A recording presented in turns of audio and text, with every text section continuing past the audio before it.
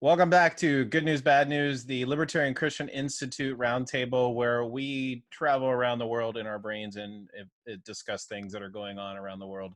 Specifically, in the land down under, Kerry, you are probably the most,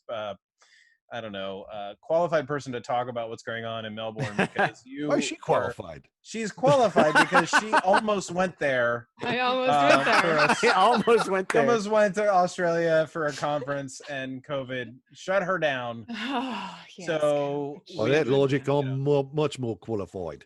Yeah. yes. What's going on in Melbourne? It has to do with people being upset and selfish or something. Yes, there are some people who do not like this isolation. Apparently they're actually only allowed to be out for an hour a day, and like they've got some pretty heavy duty restrictions. Whoa. Anyways, there's been a lot of people trying to organize peaceful protests, and not only did that ruffle some feathers with the police there in Melbourne, they actually started arresting people who were posting positively about protesting, including one pregnant woman. And there was also another guy, I don't think I caught his name, but the arrests were pretty the pregnant woman, they weren't very heavy-handed with her, aside from actually I've seen the video. It was very polite, but still rather dystopian. Yeah, no, it was really weird because she kept on. People are posting on social media that they're in favor of the protest. Yeah, and so those people are getting arrested.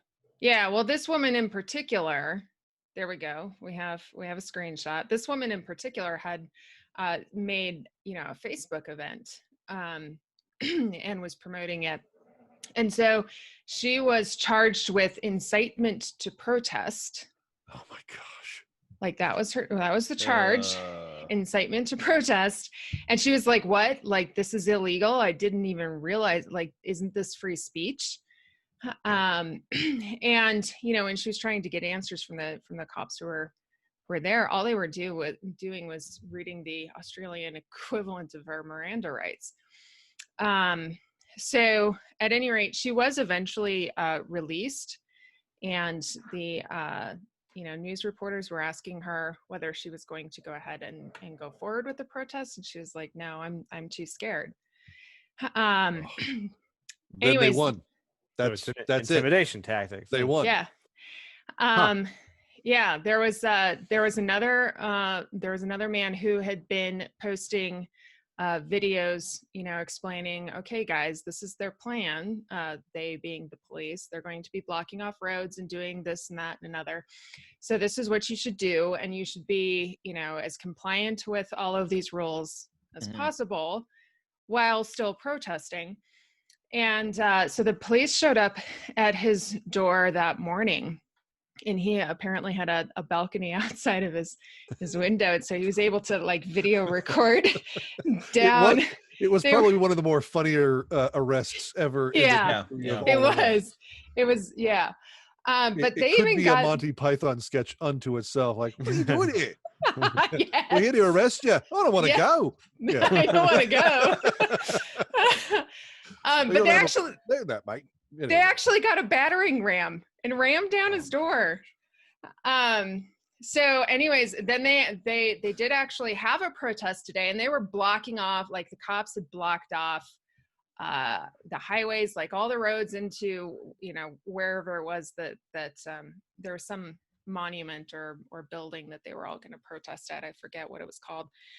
But the people who showed up at the protest walked all the way there and just totally surprised the cops. But they had their cops there in riot gear. It was really strange because I've never seen Australian police in riot gear. They're kind of like the UK police. They're, they've got their more genteel. Yeah.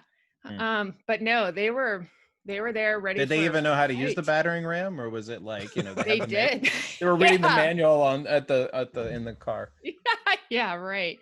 No, I mean, here's man. the thing, though. Aussies can be rather physical and rather intrusive, and definitely know how to get their way, but they just do it in a way that is so communicative that you know exactly what they're going to do either just before or as they're doing it. So it's like, sir, I'm going to arrest you and I'm going to punch you in the face, and there you are, you're racking the car. All right, now we're going to go to the jailhouse and you're going to see the prime minister kiss his boot.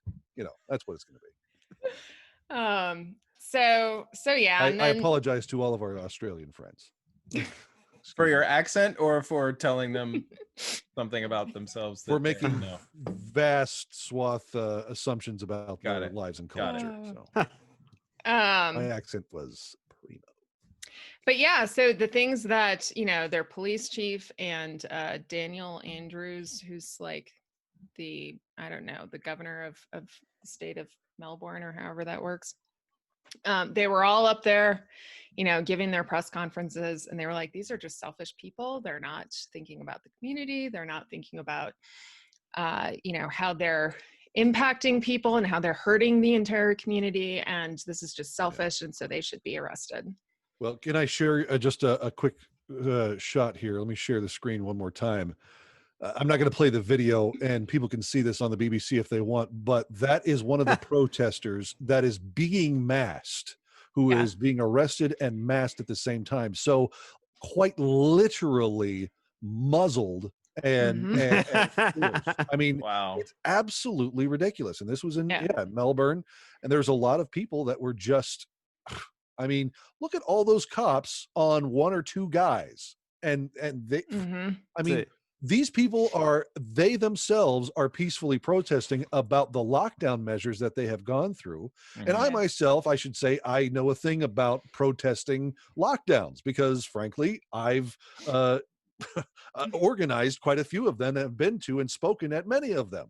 So to think that I would go there and to have police treat me like this, I mean, thankfully in America, the majority of our police, I've talked to our sheriffs and our city police and others who have actually just said, yeah, we're on your side. This stuff is crazy. It's ridiculous. We're not going to arrest you. You're peacefully protesting.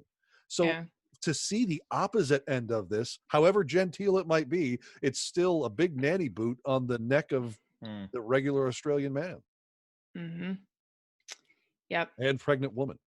So. And pregnant woman. Yeah.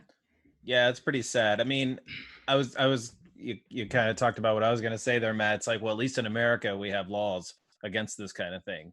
But that doesn't even, you know, prevent things like this from happening all over. So thankfully you've experienced peaceful non-retaliation against your protest by law enforcement.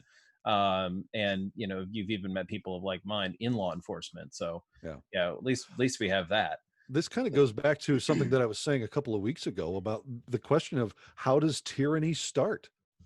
Because you're starting to see a fuller fruit of that tyranny. It doesn't start in this measure. It starts in maybe we take away your guns. Maybe you just put on a mask. Maybe you just stay in your house.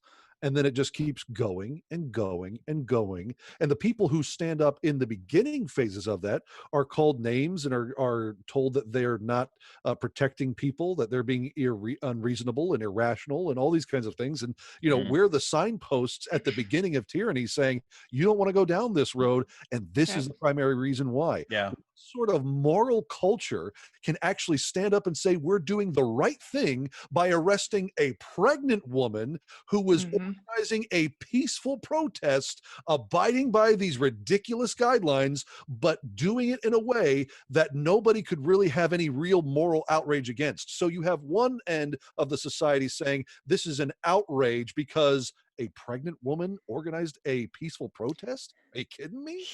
Yeah. Well, and the chief was even like, yeah, I know arresting a pregnant woman is like bad optics. And I'm like, no, this isn't even. It's not about optics. Really? It's not about optics. Really? Yeah, that's what he said. We know it's bad optics, but what's funny is I'm ashamed of you, just by the way. Not you, but those other people. Yeah. Right. Like, Yeah, because if that were if the optics were really the thing of it, like you would have a lot of pregnant women getting away with tons of crimes because, well, hey, it's bad optics to arrest them. Very good, Doug. Very good. Excellent. You know where Sinking you Titanic. Women and children and pregnant ladies first, unless they're organizing peaceful protests against the lockdown measures of the Titanic. In which case, keep them in their rooms. Okay. With masks on. Yeah. Again, yeah. accents. Well, You know, hey, it's- she's just It's worth observing that there's like this little dichotomy here between, you know, when something goes from being recommended because it's it's persuadably good. Yeah. Like I mean, I've always been against the idea of lockdowns, but there is a logic behind reduce like a form of physical distancing. There's a logic for that, and there's a logic to when masks can work and potentially when they're less effective. But when it graduates from, hey, we're like, here's the reasons why this is good, and here's why we're going to recommend them, to, okay, we're going to make believe for a second that, you know, the virus is going to be just fine if we tackle you all for not adhering to exactly our measures. Yeah. which is striking in that, you know, it's like, their optics were great there, and then like, Yeah. all their cops right there just definitely masked up and all that. Yeah, That's it's a good right. thing. It's a good thing that the virus is aware of when law enforcement needs to do its thing. Yes. the virus. The virus steps back. Yeah. Yeah, that's a good point, Norman, because a lot of the times, especially with these state measures, they're acting as if the virus is an outside objective third party entity that can approve or disapprove of all of their actions. At any rate, I guess the point is ultimately, like, you lose all measure of being able to rationally act with other people when you abandon means of persuasion in order to do these things. And I've written before that, you know, there's in our literature that of libertarian literature surrounding things like anarcho-capitalism and whatnot, there's this fear that a lot of non-libertarians have, is like, oh, well, it's just going to be chaotic. But I would venture to argue that when you have a society that's organized and predicated around the threat of force for whatever, you know, means that are necessary in order to get something done or whatever, that is actually living in chaos, because you have no recourse at that point to, well, am I, like, if I disagree, am I just going to get shot? You know? So, like, who's the chaos now? Yeah. And good point. That's I think a message that is long overdue for us as libertarians to deliver to our not less libertarian comrades, if you will. Well, we've been talking about, and people have been talking about this, you know, ever since the lockdowns first started happening, is that they're unconstitutional, they're against the law. Executive orders themselves aren't laws. And so, I mean, I think you're right, Norm. This is the chaos and lawlessness. Yeah. You know, anarchy is the chaos and lawlessness. This is right here. Lawlessness can happen from the state itself. Exactly. And in fact, that's exactly what the Bible says. Noted. Okay. Yeah. Because think about that for a second, right? Who are the ones who are called lawless in the Bible? I'm going to drop your mic there, Doug, because that was fantastic. Yeah. Just pulled off my headpiece here. There you go. That's good. Yeah. No, that was very good. Very good. Who are the lawless ones in the Bible? It's those who act in tyranny like that. Mm-hmm. You know, the kings are called lawless. It's doing right in their own eyes. That's right.